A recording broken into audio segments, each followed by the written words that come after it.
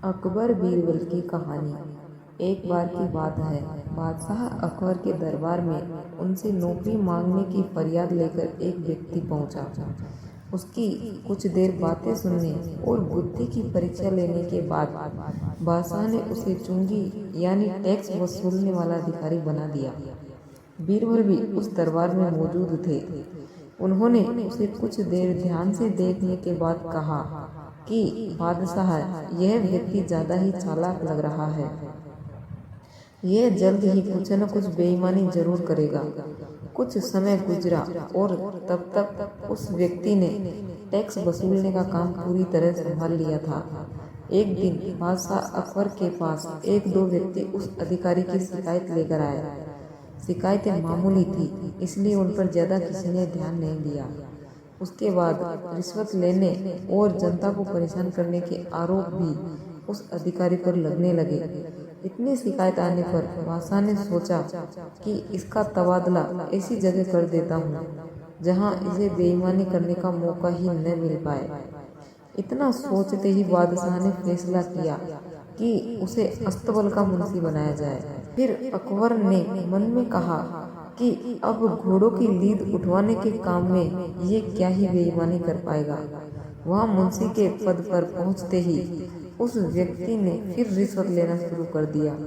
उसने सीधे घोड़ों की देखभाल करने वालों से कह दिया कि तुम लोग घोड़ों को कम दाना पानी खिलाते हो।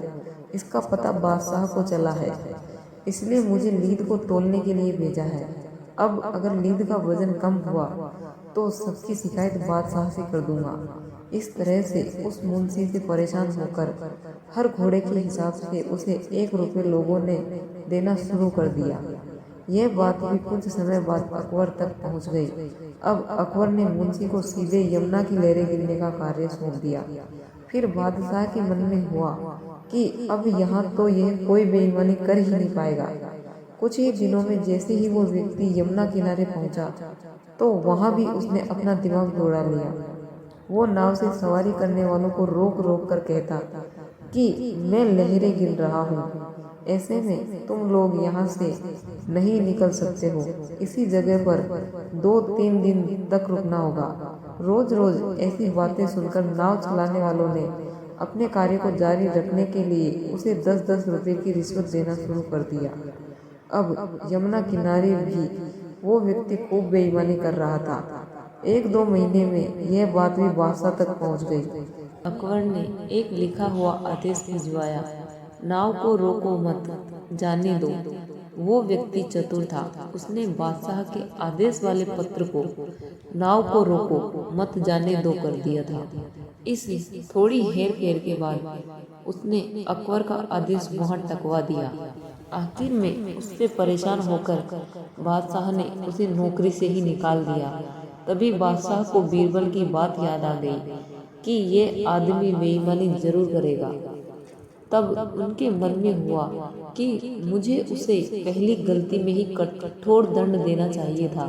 कहानी से सीख, दुष्ट अपनी दुष्टता और अपनी बेईमानी कहीं भी जाने पर नहीं छोड़ता। तो फ्रेंड्स, कैसी लगी मेरी ये कहानी?